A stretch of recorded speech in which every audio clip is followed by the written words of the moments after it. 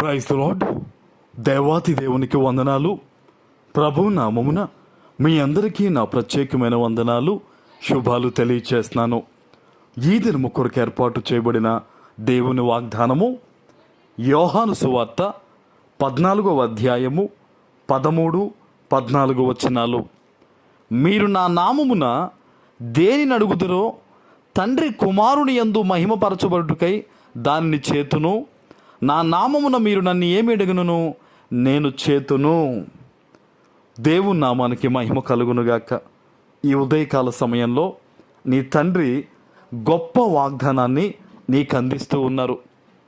మీరు నా నామమున దేనిని అడుగుదురో తండ్రి కుమారుని యందు మహిమపరచబడుటకై దానిని చేతును అంటున్నాడు ఆయన.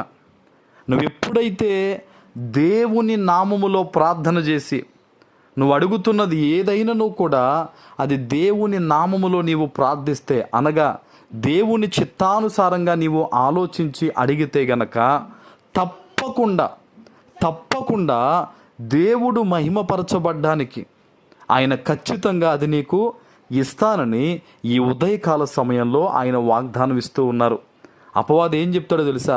ఇంత పెద్ద సమస్య నువ్వే తెచ్చుకున్నావు కనుక దేవుడు సహాయం చేయడు, లేదా దేవుడు ఆలస్యం చేస్తాడు, దేవుడు నీ మొర వినడు అని అనేక రకాలుగా అబద్ధాలు పలుకుతాడు.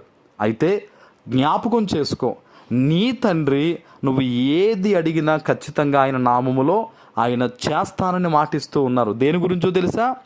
తండ్రి కుమారుని యందు మహిమపరచబడుటకై దానిని చేస్తాడట.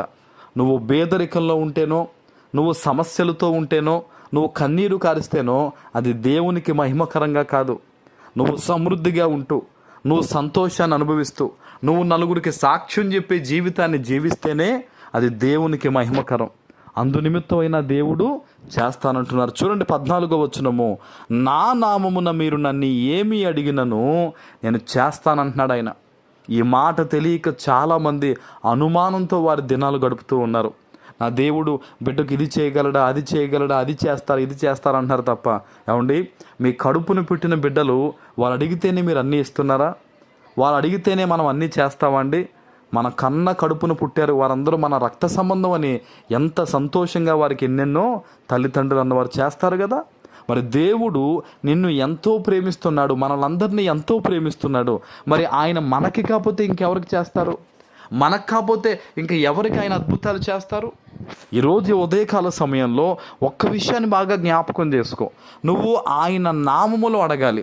నువ్వు అడిగేటప్పుడు ఒకసారి ఆలోచన చేసుకో, ఇది నాకు ఉపయోగకరమా, ఇది నాకు మేలా, ఇది దేవుని చిత్తమేనా అని నువ్వు ఆలోచన చేసి నువ్వు దేవుని సన్నిధిలో ఆ మనవి పెడితే గనక తప్పకుండా ప్రభు చెప్తున్నాడు, నన్ను ఏమి అడిగినా కూడా దేవుడు కొన్ని అడగండి కొన్ని అడగొద్దని చెప్పలేదండి.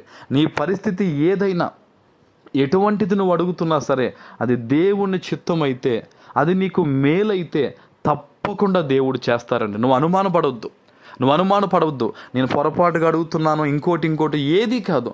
ఆయన నామములో ప్రార్థన చేయంతే, విశ్వాసంతో అడుగు, పొందుకుంటాను ఖచ్చితంగా నిన్న దేవుణ్ణి అడుగుతున్నానని నువ్వు నమ్మకాన్ని చూపించి ఈ ఉదయకాల సమయంలో ఈ వాగ్దానం విన్న తర్వాత నువ్వు ప్రార్థన చేస్తే గనక తప్పకుండా దేవుడు నిన్ను ఆశీర్వదిస్తారు.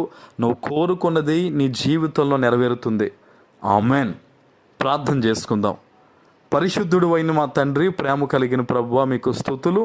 ఈ ఉదయకాల సమయంలో ఏ బిడ్డ విశ్వాసంతో నిన్ను నాయన ఈ వాగ్దానం విన్న తర్వాత ప్రార్థన చేస్తూ ఉన్నారు వారందరి కోరికలు నెరవేర్చమని యేసు నామమున ప్రార్థిస్తున్నాను తండ్రి.